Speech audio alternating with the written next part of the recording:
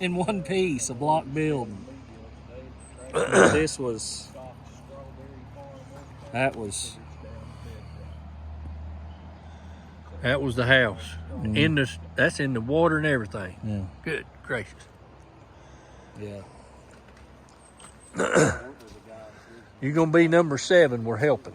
Well, I ain't gonna say your name or nothing on here because this is gonna be put on YouTube. But I'd like for you to tell what happened, what you saw. Well,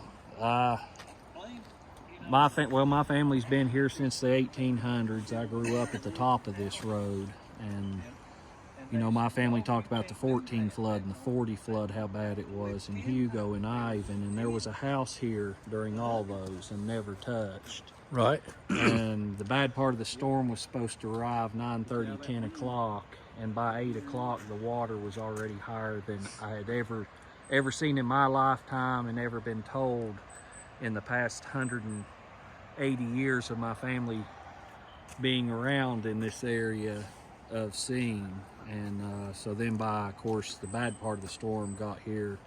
I mean, this gully continued all the way down past the church, and the road was blown into down there. So they just filled it back in. Yeah, well, the next morning there was no hope of getting to the house because, I mean, it's a huge gully and the river was still running here as well. So they had to move the river back out there where it was at. We got it, well, when the water receded, it got down enough. It took me 12 hours to make it from that mailbox down there to that big rock with a 20,000-pound backhoe. Well, that rock's just right there. That ain't 100 yards. It took 12 hours to get a single lane road out that far so people could evacuate. We had several elderly on up the creek, and apparently it was widespread. There was no oxygen to bring them. Right. Is either try to get generators for their concentrators or get them evacuated to the hospital.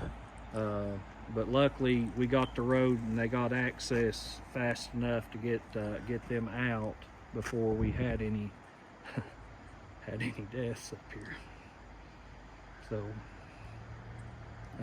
but at my job where I'm at, we watch the weather. I'm part of emergency preparedness, so I woke the family up early. We got them up the road to my wife's family, and my wife and I came back down to grab a few things just in case, and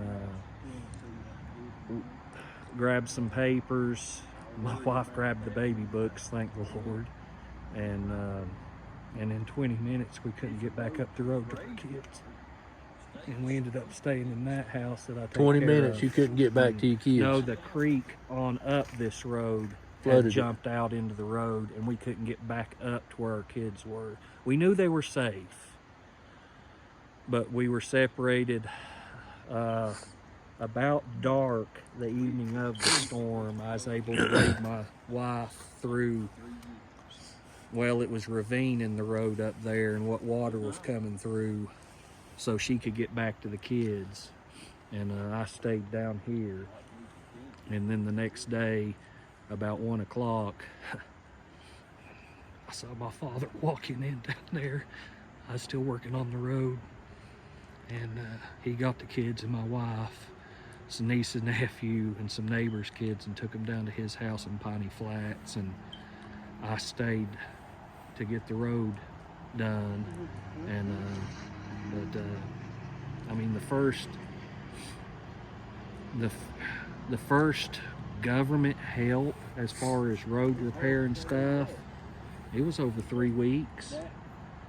I mean, what the little bit I did to get a single path out, Edgar sent some of his crew down. They walked huge equipment down the road. I mean, like 2 or 3 hours from Banner Elk, huge machines, and got roads passable for people. And you said this was That was that was a root cellar built by my great-grandfather, and it was block all the way up. Now, I mean, we still use, one of the last things I did, I had 2 generators in there, And I set them up on the tater bin, which is on the back wall, because I thought, well, if it floods, they'll get ruined. Yeah, and it just And wiped we it watched on it out. pop up like, well, crazy thing is it popped up like a cork and took off in one piece. It didn't get torn down. It sprung up and just shot down the road. Wow. Now, how high did the water get back in here? Actually, my father and I was just walking out here, and one of the trees is still standing. You can see it for yourself. Yeah, I can see the water line on that sycamore. So right here, you can see the white of the bark just above it. You can see the water line. And just for reference, well, I'll show you. I had been cleaning up to the river, and I've been sending pictures. My brother's in the Air Force in Florida. This is standing behind the house 3 weeks before the storm, looking toward the river. In this spot right here. Well, even farther back, I was Okay. directly behind the house looking that way, because, well, that tree is that one. Okay, so that tree that's got the white bark on it is that tree. Is that tree right there. Right, okay. So it's destroyed now. And of course, that's my septic tank, and the drain field was out back through this area. And well, that was my daughter's room. We had and it was one of my grandparents. There was about a 20-foot long storage building here, and it washed against the end of the house. You can see that's where the roof hit above the door right here. Yep. And it broke water around the house a long time. And when it started crumbling, we knew we saw the equipment room door get blown open. And that's actually some floor off that old storage building.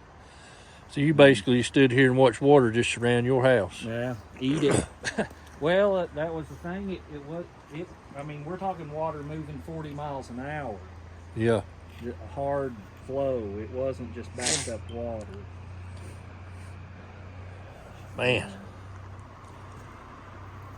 Because over here, you can see the water on the garage door over there. Yep. It went out that driveway, and that road right there was totally underwater as well. So from that bank all the way over was nothing but flowing water. Wow. That's 200 yards wide. Well, you can see how much debris, mud's piled up over there. Yeah. We got to digging to find my wellhead. So, but yeah, I mean, that's all just being carried in by the flood water. So. Man, oh man. And there was these old hemlocks come all the way down through here, and they all went at one time. And don't know where they wound up. No, I mean, up here, there was Lake. Probably. 30 or 40 more feet of grass, and then 40 or 50 feet of centurion timber. I mean, huge stuff like this. Mm-hmm. And it just eat it all out. Wow. And the crazy thing, the church down here below us, a whole bunch of timber piled up. The little brick building to the left down there is the well house. Right. That's where the rock was. You said it took you 12 hours to get to. Yeah. Timber stacked up from the well house all the way across down the church. They got a lot of damage downstairs, and it undermined the sanctuary back there. But the church is still standing. No water got in the sanctuary. No water. Got in the sanctuary part Wow. anyway. Just in the basement. Yep. So. That ought to tell you something, folks. Yep. Lord's looking after the churches, because that's all that's helping. That's the Holy Ghost moving in people has saved a whole lot of lives up here during this, because the response that was received from help, I mean immediate needs like water and food, and was best way I can say it's the Holy Ghost moving in people, and they brought it, and that it saved lives.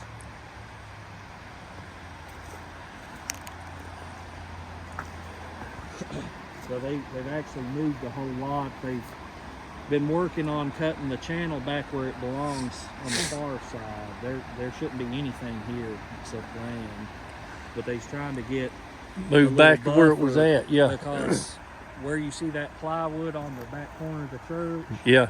you know, it's 10, 12 foot deep right there. The church was hanging. Okay, so it was hanging.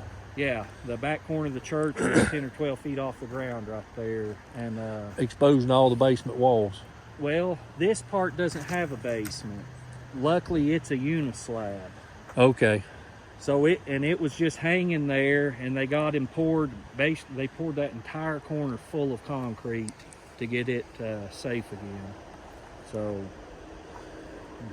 And then they had mudslides, it looked like, right yeah, there. Yeah, whole mountainside. Well, all that timber up there, Yeah. that hadn't been logged in the past 100 years. All that timber come down in the storm. Good gracious.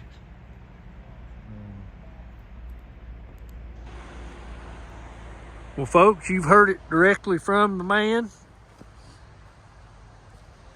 This is family number 7. So we wanted to let you hear the story straight from him. What happened and what he saw. I appreciate you joining us today. Have a blessed evening. And remember to donate to the Central Global Methodist Church in Asheboro for the helping hands as we try to help these families that are in need of help, reluctantly accepting help, but no other way to do it. And the insurance is not going to help these folks. So nobody left to stand in the gap but the churches and you folks' donations. We appreciate you joining us today. Have a blessed evening.